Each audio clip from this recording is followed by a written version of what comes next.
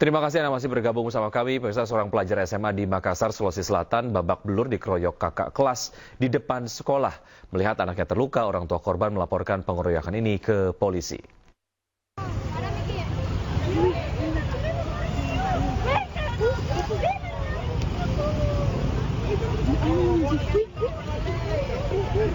Seorang siswa SMA dikeroyok 5 kakak kelasnya di depan sekolah Jalan Gunung Bawah Karaeng, Kota Makassar, Sulawesi Selatan.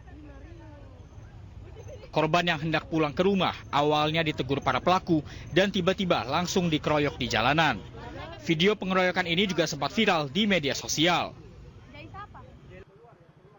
Orang tua korban yang tidak terima anaknya dianiaya langsung melaporkan kejadian ini ke Polrestabes Makassar.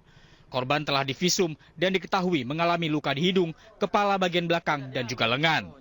Polisi masih menyelidiki kasus pengeroyokan ini dan akan meminta keterangan dari korban dan 5 siswa yang menjadi terduga pelaku. Ini masih kita dalami, ya.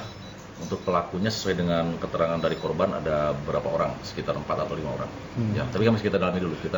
Tapi ini antara satu sekolah mereka kan? Ya, masih satu sekolah, dia satu angkatan, kelas 1 SMA. Oh, ya. Untuk pelaku seniornya ya? Pelaku seniornya? Ya, betul.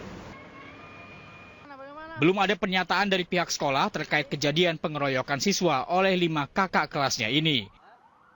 Dari Makassar, Sulawesi Selatan, Leo Muhammad Nur, iNews melaporkan.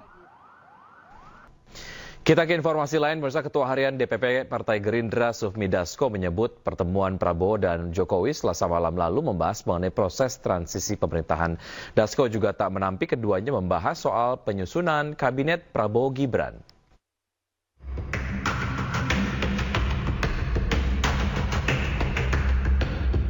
Dari foto yang beredar, Presiden Jokowi dan Presiden terpilih 2024-2029 Prabowo Subianto bertemu sembari menyantap makan malam.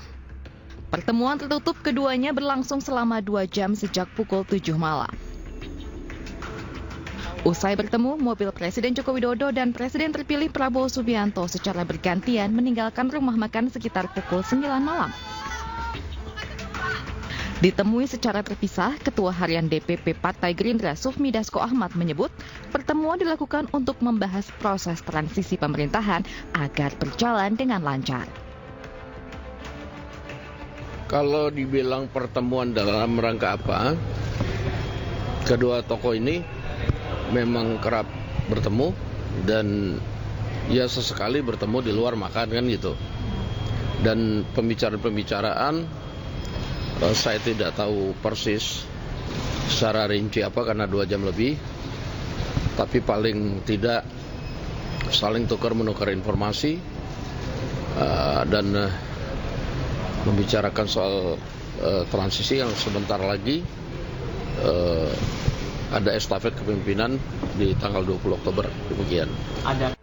Meski tidak mengetahui secara detail, Sufmi Dasko tidak menampik bahwa ada pembicaraan soal kabinet di pemerintahan Prabowo mendatang. Dari Jakarta, Tim Liputan iNews melaporkan. Sementara itu, Wakil Presiden terpilih Gibran Rakabuming Raka kembali meninjau pelaksanaan uji coba makan bergizi gratis di SMA Negeri 70 Jakarta. Menu yang diberikan kali ini per porsinya senilai Rp25.000.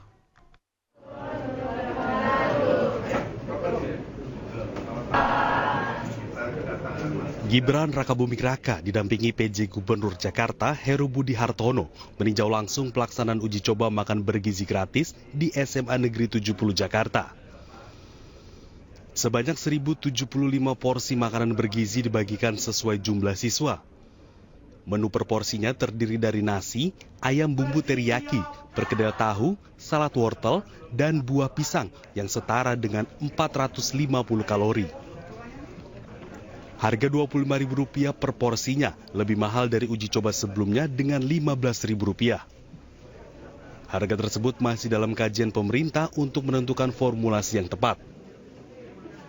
Jadi menu hari ini super lengkap dan tadi tanggapan dari para siswa-siswi cukup baik. Jadi kita ingin sekali lagi sebelum program ini benar-benar dieksekusi, kita uji cobakan sesering mungkin untuk mendapatkan masukan dari para guru, para siswa, orang tua tua murid, komite, dan lain-lain. Jadi kita ingin nanti ketika program ini dieksekusi, ini bisa berjalan dengan baik. Karena program ini adalah salah satu program yang paling ditunggu-tunggu oleh para siswa, orang tua murid. Terkait anggaran untuk tiap box makanan, ini memang kita uji cobakan di harga yang berbeda-beda. Makanya tadi saya bilang ke Pak PJ Gubernur, Pak, ini termasuk yang paling mewah yang pernah saya lihat, di angka 25.000. Kemarin kita uji cobakan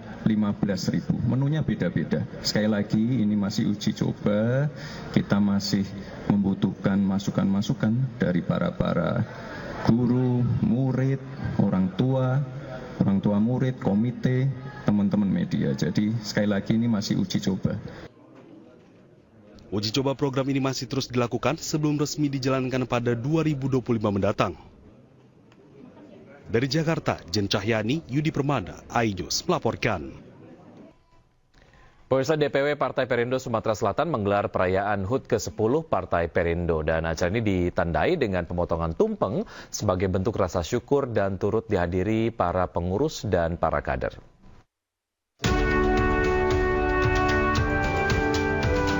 Pemotongan tumpeng menjadi awal peringatan HUT ke-10 Partai Perindo di Palembang, Sumatera Selatan. Acara ini digelar sebagai bentuk perhatian dan ungkapan rasa syukur pengurus dan kader partai modern yang menjunjung tinggi demokrasi, peduli rakyat kecil, dan gigih berjuang untuk menciptakan lapangan kerja demi kesejahteraan rakyat ini. Sebagai bentuk rasa kekeluargaan dan keakraban, para kader pun diberi semangat dan motivasi. Kita harapkan kalau tahun ini juga bagian daripada evaluasi kita.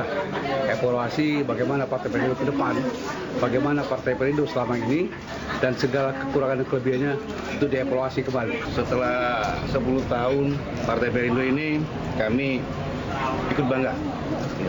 Setelah melewati 2 kali pemilihan, inilah hasil terbaik yang kami berikan dari Kota Palembang. Dengan tema transformasi bangkit untuk Indonesia sejahtera, menjadi bagian untuk evaluasi serta menjadikan partai yang dipimpin Ketua Umum Anjela Tanusudibio ini untuk berbenah menjadi pilar demokrasi untuk Indonesia lebih baik ke depan. Dari Palembang, Sumatera Selatan, Ahmad Syaiful, iNews melaporkan. Pemirsa, 3 pekerja migran Indonesia asal Bali dipulangkan ke tanah air dampak dari terjadinya konflik Israel dan Lebanon. 3 pekerja yang semuanya wanita ini bekerja sebagai terapis di Lebanon. Ketiga pekerja asal Bali yang dipulangkan ini adalah Ni Kadek Sriari asal Kabupaten Gianyar, Kedok Septiani, dan Nuluh Suwarnadi asal Kabupaten Buleleng. Ketiganya bersyukur bisa kembali ke Indonesia lantaran tempat tinggal mereka di Lebanon kini sangat mencekam setelah terjadinya konflik dengan Israel. Mereka diketahui telah bekerja sebagai terapis di Lebanon selama 1,5 tahun.